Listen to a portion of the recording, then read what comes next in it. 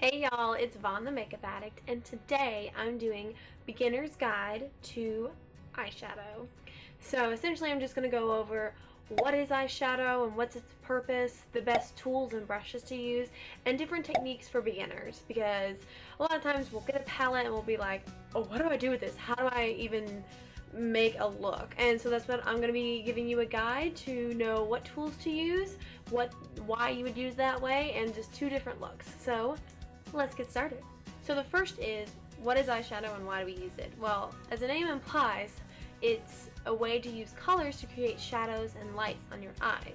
And because everyone's eye shape and color is so different, that's why there's so many different kinds of eyeshadow and so many different colors and finishes. Some people maybe want to make their eyes look bigger, some people smaller, some people want to make the outer, look stronger. There's a bunch of different uses. So essentially eyeshadow is just used to not only enhance your eyes, but maybe make them bigger, smaller, whatever the desired look is. Second thing is, what kind of brushes do you use? Now I know in some you get those little styrofoam, we all know. Don't use those. Those absorb all your eyeshadow. They don't give you hardly any pigment, and they really you can't clean them. They're just, anyway. Invest in brushes. And I'm not saying they have to be expensive. They don't have to be expensive, they just have to be proper use. So there's three basic brushes for eyeshadows. Obviously there's a lot more, but these I think are the three essential every beginner, advanced, whatever should have on them whenever they do their eyeshadow. The first is the big fluffy brush. Now this can be used, I have a bunch of different ones, and this essentially is used for all over and also for blending. Notice how the bristles are all completely separate, and you can see how fluffy they are, and it creates easy to blend. The second I think every person should have is a tightly packed brush. These are just a couple of mine. These are good for really, metallic glitter, good for getting in the precise in the corners or in the center or the inner corner. So these tightly packed brushes are good for that. As you can see, they're not as fluffy, they're more stiff, and they're not really used for blending. The third is one that honestly changed my life when it came to using eyeshadow. It's a smudge brush, and I know this seems really simple and I probably should have gotten it a long time ago. This is used for underneath and also on the eye line at the top, and it's just great. It's just so precise, so small, and I think this is Japanese, so this is not even an expensive one. It probably costs less than $10, and I use this literally every day. It's amazing. So there's fluffy brushes for blending and applying all over. There's tightly packed ones, which are more for crease and precise. And then there's a smudge brush, which is for mostly underneath in the waterline. So these are the three tools that you'll want to use. So now I'm going to go through two different looks that I think are very simple that anyone can do, whether you're beginner, advanced, whatever. This side is going to be the smoky eye, classic going out. And then this side is going to be the halo eye, which is really good if you want to make your eyes appear bigger and just pop. So I'm also going to go through different kinds of primer. These are the two most common primers that I use personally. One is the Too Faced Eye Insurance, and this essentially, I'm going to put this on the shadow side. This essentially is very translucent. You can't really see it, and it absorbs quickly in the skin. This just creates a nice barrier, but it doesn't necessarily block out any sort of redness. It kind of does, as you can see, but I'll show you the concealer one and you'll see the difference. So when you take concealer, I just dab a couple, and then I just take a concealer brush, and then I just brush that along. As you can see, this definitely is more full coverage as far as the primer goes. It definitely takes out all the flaws and creates a nice base.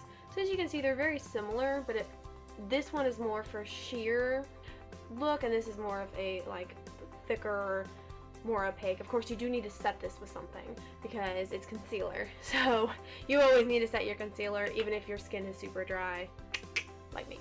So I just always take my Bare Minerals and I just take a little, off the excess, and then just lightly set it. With the translucent, this side, you don't necessarily have to set it because it's translucent. You can't really see it. There's nothing to really set. I'm going to be doing two looks, smoky eye and halo eye. I'll be doing them one at a time, and I'm going to be using my Jeffree Star Androgyny palette. One, it's beautiful and I love using it, and two, these all these colors are just so bright and distinct. It'll really help you understand where they go as far as placement. So my eyes are going to look a little crazy by the end, but I think you'll get the idea. So again, if you get a new palette and you just don't know exactly what you want to do because there's no real tutorials on it, you can use this. I'm going to talk about the darkness of each shade you should use, so that way you can apply it to whatever palette you want, or even singlets. So for the smoky eye, you want to start out with a transition color. You want this to be about the same, if not a little darker than your natural skin tone. So I'm going to be using Safe Word, and you just take a big fluffy brush and you just put that all over, especially in the top right below your brow bone. You want to make sure that there's a nice transition color there, so that way it doesn't look really harsh, it just blends seamlessly. Okay, next you want to take that tightly packed brush and you want to do the darkest smoky color. So I'm going to be using, let's do Dominatrix. Aren't these color names great? And you just want to put that in the very corner. You want to use the darkest color on your palette, or the darkest one that you want to use. You don't have to use the darkest one. Alright, so isn't that nice? And you just want to kind of go 1/3 the way. You don't want to go all the way halfway. Because you don't want it to be too harsh. So then you just take a big fluffy blending brush and you want to do little tiny circles, windshield wiper way.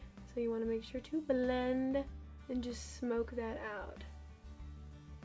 And when you blend, you do not want to be holding the brush super close. That's going to make it a lot harsher, and you're just not, it's going to look a lot more chalky.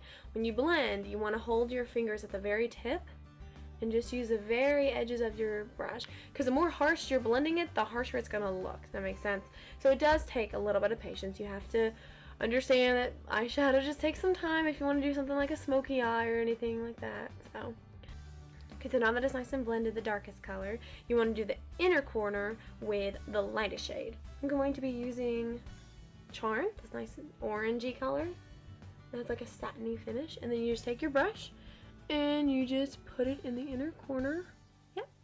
And you want to put that about 1/3 of the way as well, because in the center we're going to put a blending shade, something that's just going to bring the two shades together. Usually the good thing with palettes is the colors are all very cohesive for the most part. That's why, you know, they have colors that go really well together, that just blend easy together. So for the center, I'm going to be using Deja Vu, because it's kind of in between these two colors, not only literally on the palette, but as far as color-wise.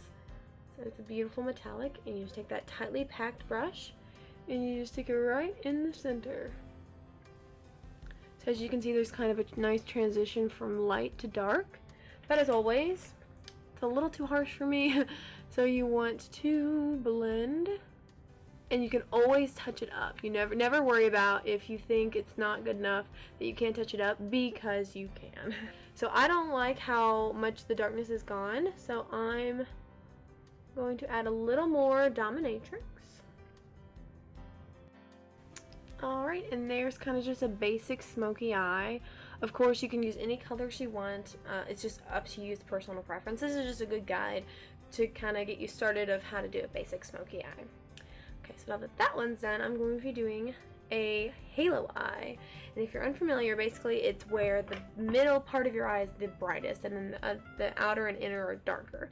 And this really creates the illusion that your eyes are bigger than what they are. I have pretty average to small size eyes, so this one's one of my favorites.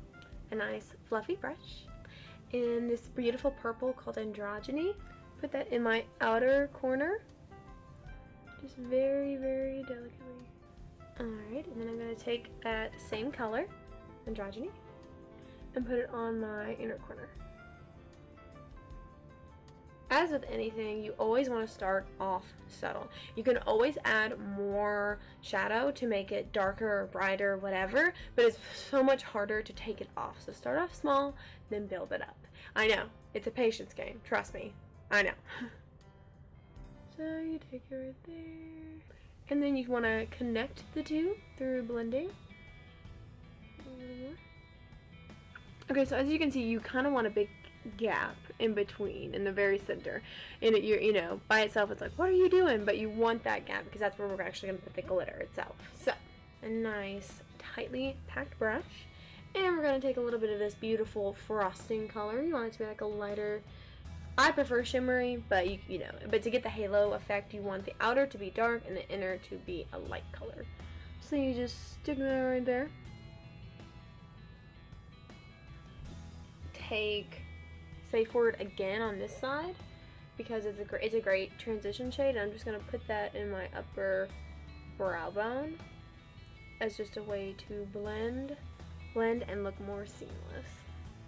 And it's just a way to finish it. I'm going to be putting Fetish on the bottom of both eyes, just as a way to show how, the colors can look so different, and they don't necessarily have to match the upper eye.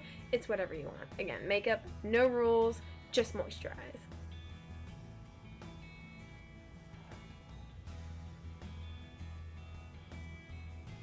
So I'm just going to put on some eyeliner to finish the look, and I'll be right back.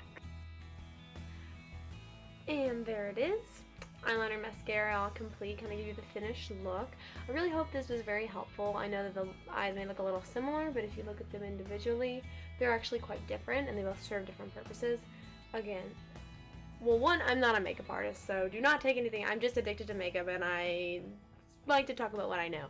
And two, there's no rules. No one says that this is the only absolute way to do makeup, because there's not. But this is just a nice, easy guide for people who might not necessarily know the best way to do eyeshadow or not know anything about eyeshadow. So, but I hope you enjoyed it. Please like and comment below, subscribe, and I will see you all next week.